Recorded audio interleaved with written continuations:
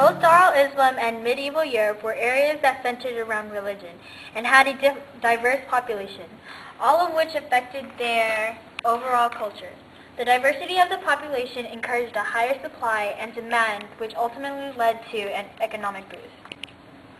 Let's break down the similarities and differences of Dar al-Islam versus medieval Europe. Comparing Dar al-Islam and medieval Europe culturally and economically in plain English. Dar al-Islam is the area in which Muslims practice their religion at will. They use the Quran. In medieval Europe, people worshipped the Bible, but it also incorporated German institutions and Latin traditions, such as the Germanic laws.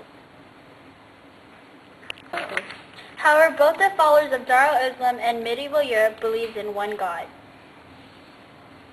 Muslims in Europeans had limited rights as compared to men. Women were forced into arranged marriages and had no say to inheritance, property, and everyday decisions. In Dar al-Islam, clothing represented one's social standing. The 5 main fabrics were cotton, wool, camel hair, linen, and the most prominent of them was silk. Silk was very expensive and limited, thus only the rich could afford it.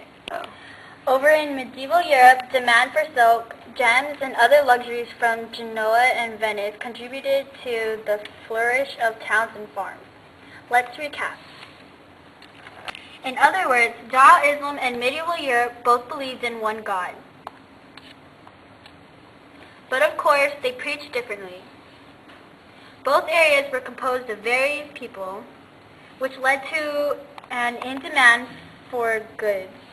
In Dar al-Islam, clothing represented a person's wealth, whereas in medieval Europe, luxuries represented a person's riches.